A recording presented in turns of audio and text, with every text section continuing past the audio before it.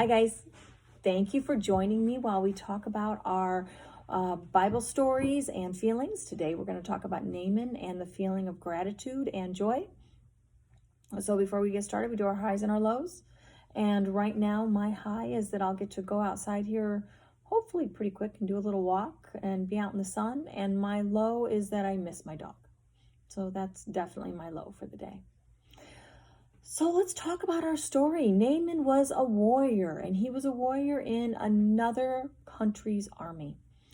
And he was a very important warrior, but he came down with leprosy, which was a disease that could not be cured. And there was a young slave girl who was from Israel, and she said, "It's too bad you do not have the prophets we have in Israel, because they can cure that." Well, when the king heard word of this, the king sent a letter or a message to the king of Israel and said, "I need you to cure my man. I need you to cure Naaman." And the king of Israel tore his clothes and he said, "How am I supposed to cure leprosy?" Well, Elisha, who was the prophet at that time, said, "I'll cure him. Tell him to come to me."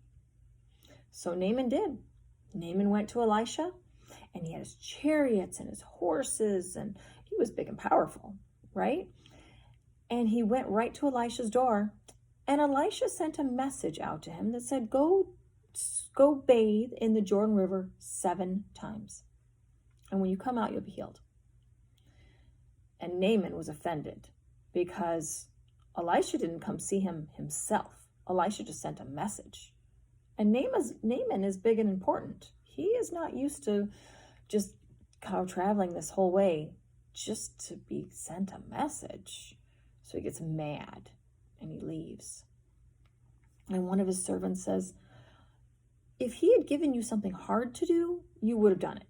But this is easy. What do you have to lose? Go ahead and go do it anyway." So Naaman says, "Yeah, okay, I'll do that." So he dips in the river 7 times, the Jordan River, and is healed, completely clean. His skin has no more blemishes whatsoever. And Naaman comes out of the river, and he brings gifts, and he goes back to Elisha's house, and he says, "Please let me give you these gifts." He was so grateful. He said, "I now know that the God of Israel is the only God." And Elisha says, I can't take the gifts. I can't take anything. I'm here to serve God. And Naaman says, "From here on out, I will never, ever give any burnt offerings or make any sacrifices to any other gods. I know God is the true God." Now, Naaman originally was so big and powerful, he was mad that nobody even met him at the door. He had kings on his behalf asking for him to be healed. Now he's very humble, saying, "I will only believe in this God. This is the most amazing thing ever." And trying to give gifts and give thanks. So he was pretty affected by this. His whole life had been given back to him with this healing. And he was very grateful and overjoyed and humbled.